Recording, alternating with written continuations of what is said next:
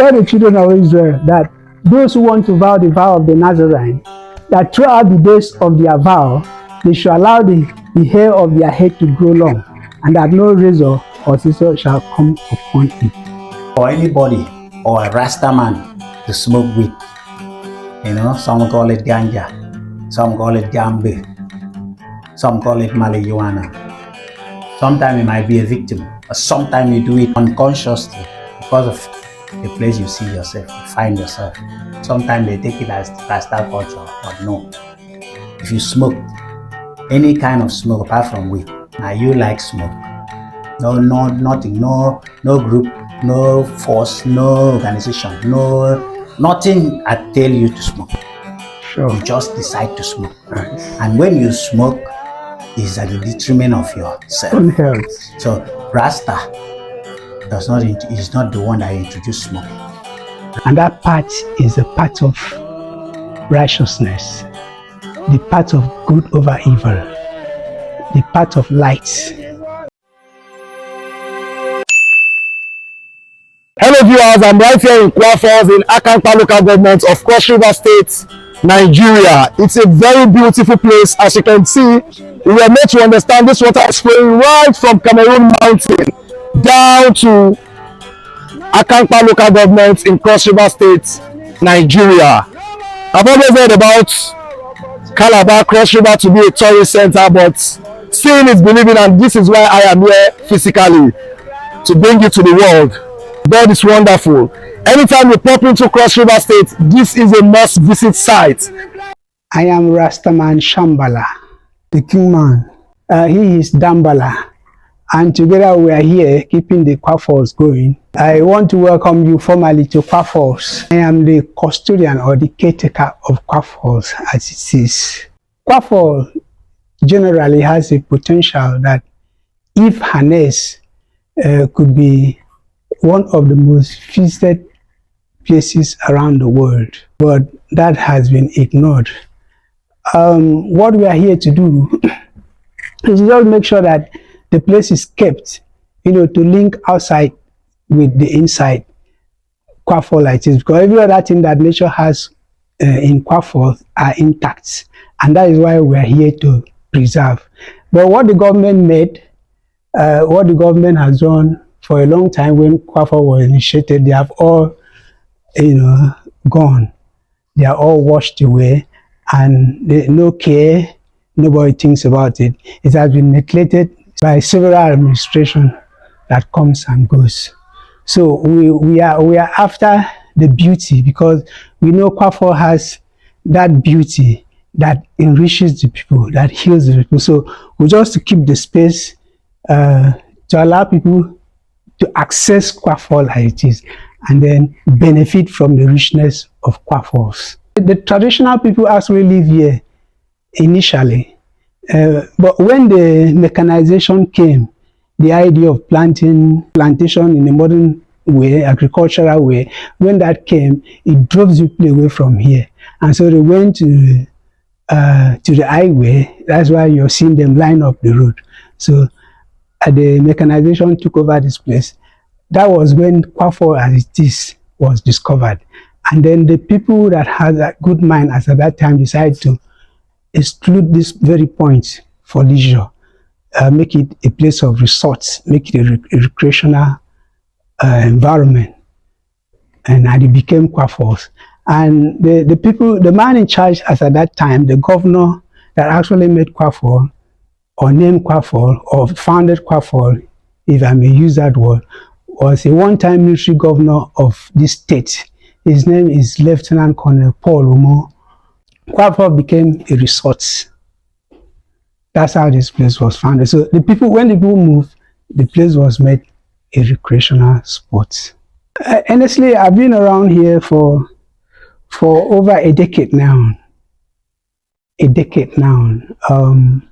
Some few months added to that. And I've been keeping the Kwafos. I actually came because I had a deal with the government as at that time, with the operators of tourism activities in the state, as a tourism bureau. We had arrangement with the management. Our mission was to build a Rasta community And we sorted out the place. It was to be across the river. We founded the place. It was all right. The people were committed initially, but as you have it later, the Nigerian factor came in. The whole idea was dropped off, so we could not continue with the idea of building a Rasta community village. It was actually to complement Kwafors. It was to enhance Kwafor because there is nothing like it before in the world.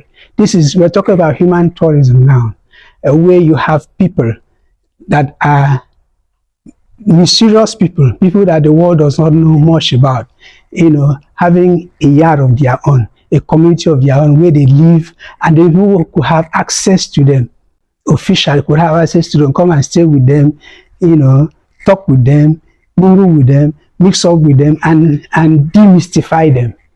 And then while we're doing that with the Rasta in the village, you're also enjoying vibes and getting the minds, the understanding of the Rasta people. That was the idea. So the government bought it in wholesale as at that time, but as later on, various administrations came in, so they neglected the idea. But we are still holding on to that idea because it's a unique idea. We want to make sure a facet of that tourism is established in this state, because this place is known for beautiful tourism, sites, tourism endeavors. The state is actually endowed. So we want to spice up by adding this unique one that is not anywhere in the world before. The Rasta people being the instrument of tourism. The example is when the state started its tourism drives with the governor that actually brought about tourism in the state. I'm talking about Donald Duke. You agree with me that he uses Rasta to draw traffic to the states. That was why I was paying so much, to Rasta's outside, and we made it.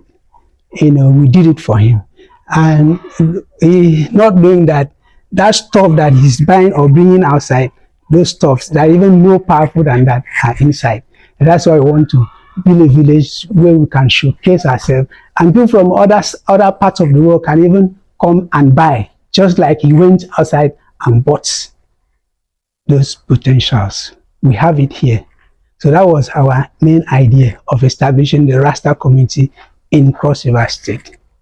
So we are still waiting to that day when the people with eyes will be in the top government affairs, that will realize what we are saying and try to make sure that our idea is realized. Yes, when we came in with so many Rastas, but as we have the pressure because of the promise the government gave to us, so we came in with so many Rastas, and some of them left because they could not bear the storm, the issue of survival and so on, allow us to scatter. So I myself and my brethren will remain fixed until we realize what we want. And then again, we didn't want to leave Kwafor as it is, because if we do it, there are people that sees Kwafor in the net, because Kwafor has been known globally. So we are minding those people that comes and they don't have access to Kwafors. They sees it in the net, on the internet, and then when they come here, they don't even have access to even see what they saw on the net. That is why I make sure that I don't leave this place. I still provide access to people to come and commune with what they see online. Come and enjoy that beauty, So that is just the reason why I refused. If I and my brother refused to leave until the government that have eyes to see will come and rescue the situation. A white lady came some time ago and asked this question, and the funniest thing was that immediately she finished asking the question, she just provided the answer by herself. And then what she said, "Oh, Rasta, don't worry." When she said, "Why, I've been around in Cross River State for 3 days now, I didn't see Rasta like this. You are the first Rasta I've seen with this sort of dreadlock. When she finished, she said, "Oh, don't worry, I know the reason why." She was not saying. Then I asked her, "What is it?" She said, "It's because of Christianity." That's what the white lady said. It's because of Christianity. The people have run away from their roots to cherish what they brought from afar, what does not belong to them, what is not related to them. She was thanking me seriously. I even give gifts that I could be able to keep my culture and be who I am, despite the fact that other people are, bending towards other ways. But me, I'm still bending towards nature. So, if I get you right, you practice Christianity? No, I don't practice Christianity. So, what do you practice? I practice love. The personality also inspired me into Rastafarian, and in person of Bob Marley. I saw a great light in him when I was a youth man. I listened to his music. It was out of this world. And I listened to his lyrics. Something else was poetry in it. Wisdom, touches of wisdom in his lyrics. And I was hooked, it vibrated in me. So I followed him, and along that path that he walks. Not actually following, but walking that same path that he actually walked. And I begin to see those things that he is happening around me. You were on the right path. Yes, the path. And that path is the path of righteousness, the path of good over evil, the path of light, the path of truth, the path of that thing that is as a result of everything. That is the path. So Bob followed that path, and I saw him, and I decided to follow that path, and I saw clearly, yes, this is the reality. And I'm not doubting that Jesus also followed that path, because he wouldn't be who he is. I'm not doubting that his Imperial Majesty followed that path. So, I'm not doubting that somebody like Muhammad followed that path. I'm not also doubting that the great Buddha followed that path. It is the same path. Path of love, path of light. Path of righteousness. Path of righteousness. Like Bob said, he said, life is one big road with lots of signs. If you walking through this path, don't you complicate your mind. Free from hate, mischief, and jealousy. You see, in any path, you have distraction. You have posts at different points. You see, anybody who hold themselves somewhere and try to make Rastafarianism like a religious thing, I don't see it as real. I see it as even distraction or a path or a post in the path. But it's not necessarily the end of the path. So those things could be, because when you form yourself as a group, you're certainly going to have something that other group does not have. So that will conflict. So Nayabingi, root, storm, some those things are distraction. We have to free ourselves from those names, because those names will put us, will sectionalize us. We have to free ourselves from those names and walk the path. Yeah, the same thing is happening even in religion. The religion today, the Christian and the Muslim and whatever they call themselves. Somebody will say I'm Catholic. Catholic. But they are yeah, those things stand between them, barricade them. Those names they mention. So you practice peace, you practice righteousness. Pure, straight to the point. Pure, nothing attached to it. Lights and direct. The life itself and the light. The light and the life. Direct. We're not holding ourselves down with group names, with things. Just free, go there, seek the light and become the light. The dread means that you have a covenant with yourself. You are telling yourself something. You are taking a decision. You are ordering yourself. that this is what I want until I get this. So you create a symbol to always remind you of that fact. And that symbol has to be within you. You don't have to bother anybody. You don't have to disturb the society. Let the burden be within you. So it will remind you. There are some certain places you cannot go when you have that symbol. There are some certain speech you cannot make when you have that symbol. There are some certain food you cannot eat when you have that symbol. There are some certain practices you cannot admit to when you have. So it will always remind you. And there are some places, even if you want to ignore the still voice that is damning you about what you're going to do. Somebody standing here will say, you are behaving as if you are not a Rasta. So they all be like, so the dread is, it's like the covenant between you that you have created. You see, in the olden days, when Jah Rastafari was working with the Moses, the Abraham, and the rest of them, he gave a commandment to them. This thing is the oldest tradition, culture that has been on earth. It's the first. Because when we came here, we did not come with comb, except the one the white man brought. We did not come with mirror, except the one they brought and showed us and took away what we had. We're cave men. We're living in the cave. So this thing was with us. We grew up like that. So the Rasta there is a roots thing. You're going back, you're reminding yourself, you being yourself. Then it was called the Nazarene.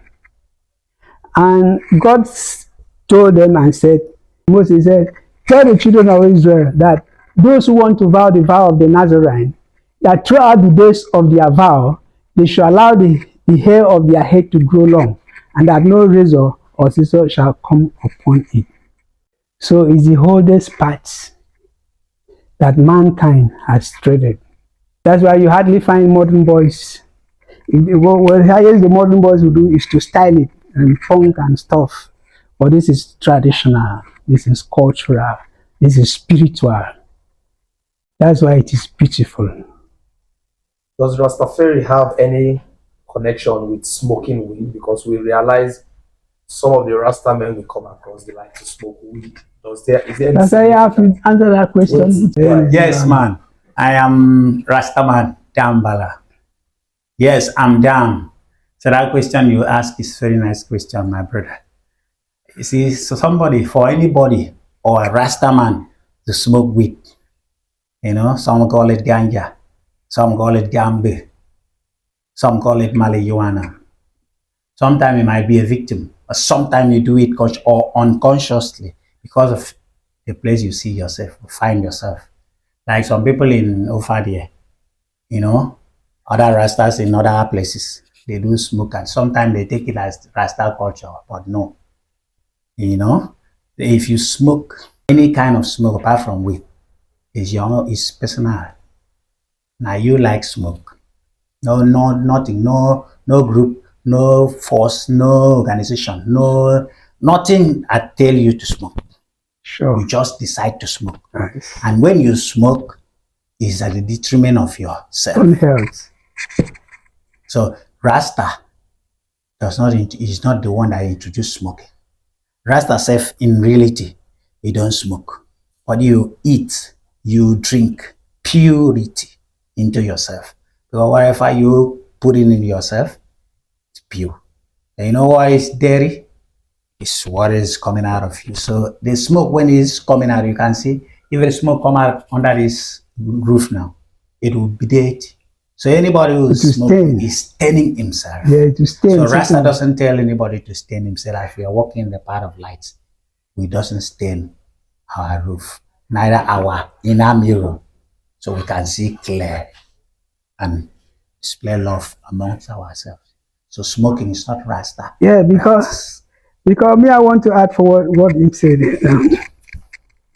You see, like when you smoke, it stains. You understand?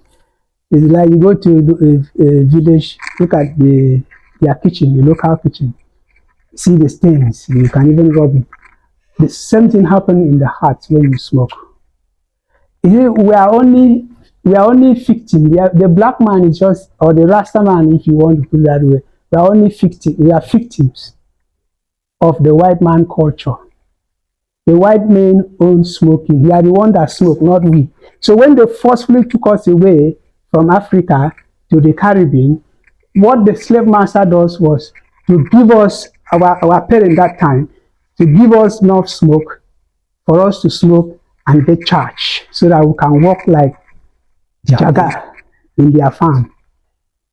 That was when they had the old days of sugar plant, sugar days in Babylon there. So they were the one that taught us how to smoke. We did not, it wasn't the African culture. So, and then when we arrived there, we became their victim. And for us to have all the energy in us so that it will profit them, to make us, to charge us, so that we can work extra, use all our energy and work extra for them to make profit. And why they say Rasta smoke today is because they saw Bob Marley smoke. They saw Peter Tosh smoke. But they're just a victim of the environment.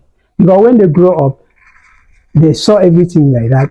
Their mother, their father, their uncle, everybody smoke. So they became victims. They joined and smoked. So when they were shot into limelight, they saw them with this smoking. And I can tell you one thing today, that you see Bob Marley, it is smoking that limit Bob Marley. Bob Marley will have become somebody like Buddha or Christ.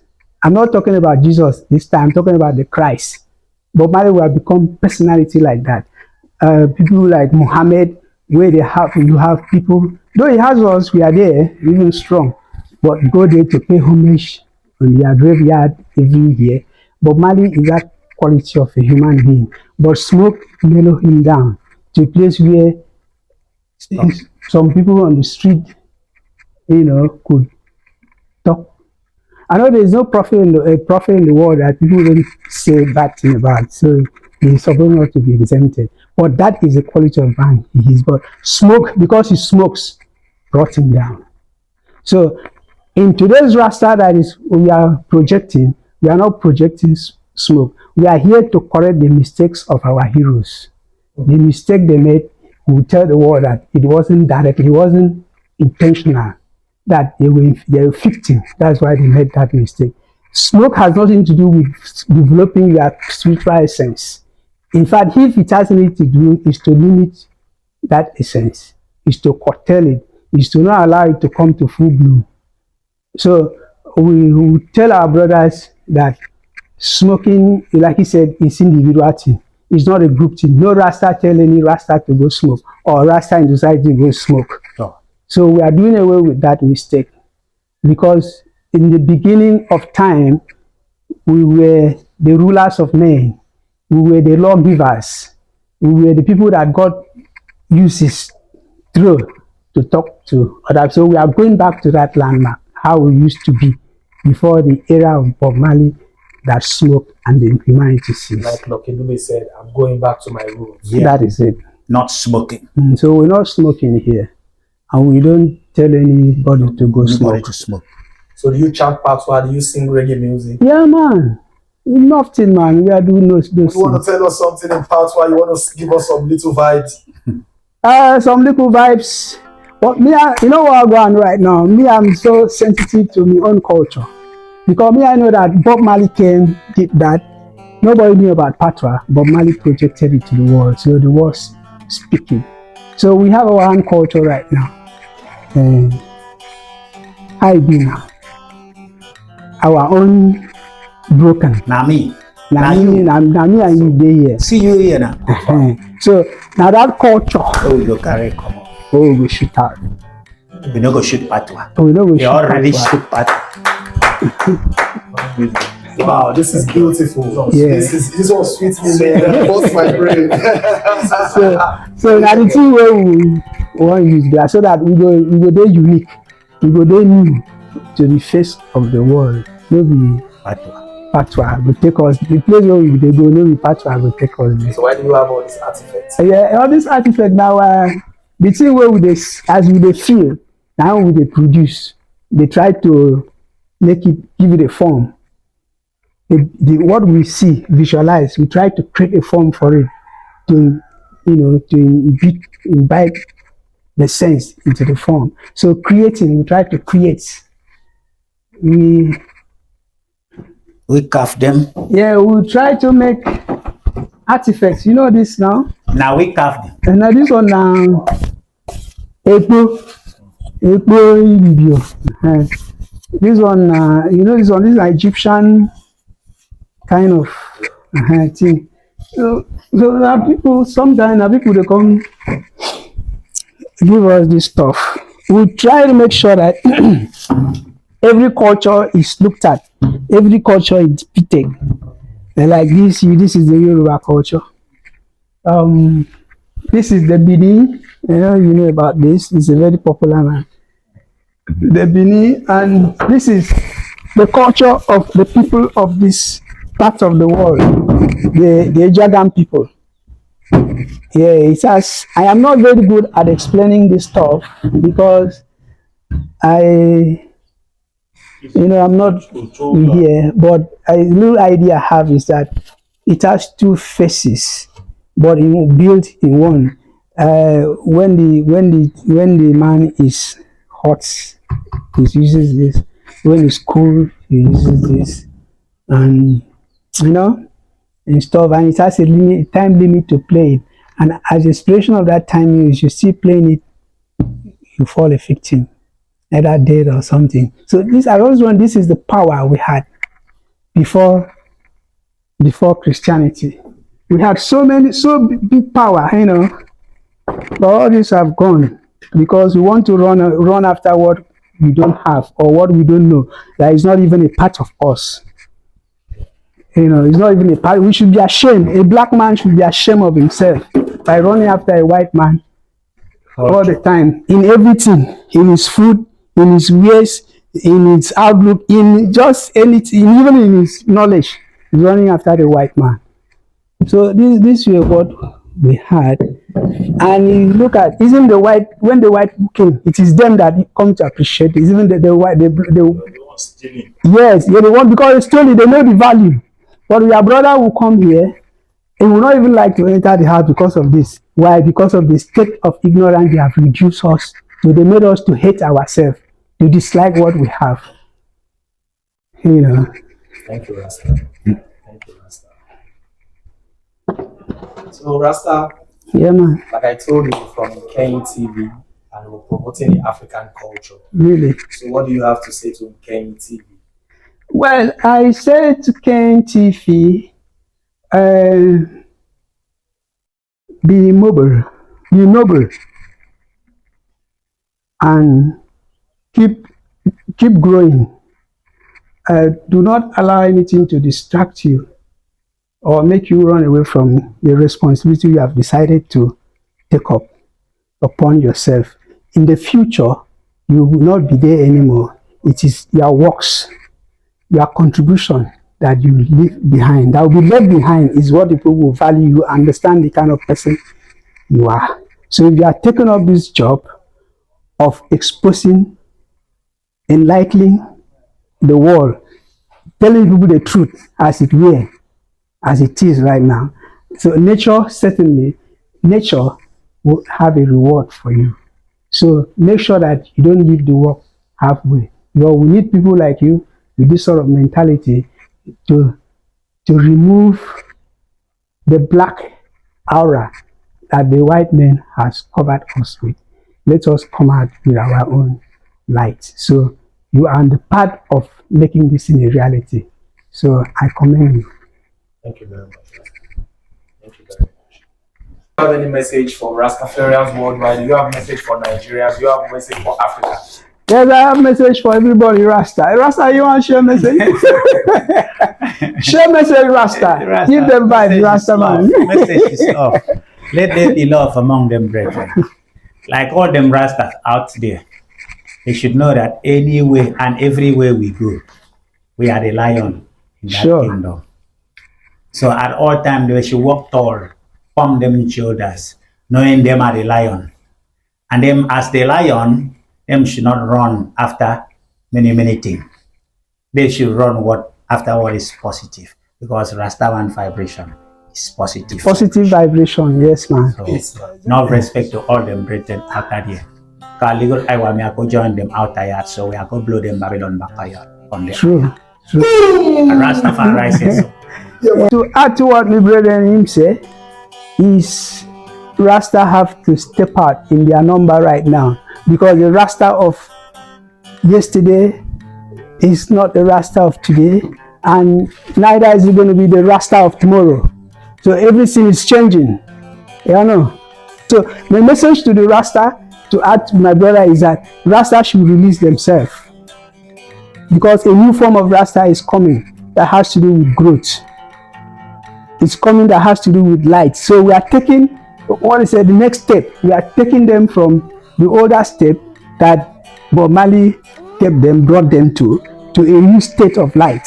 For now, we say final, but I'm not saying final word. Yeah. I have a lot things to say. Yes. If we start saying what I have in my mind, we cannot reach final. So final for now is people in any group, religion, culture, tribe, color, all over the world, they should get ready for the change. For the change is coming very soon.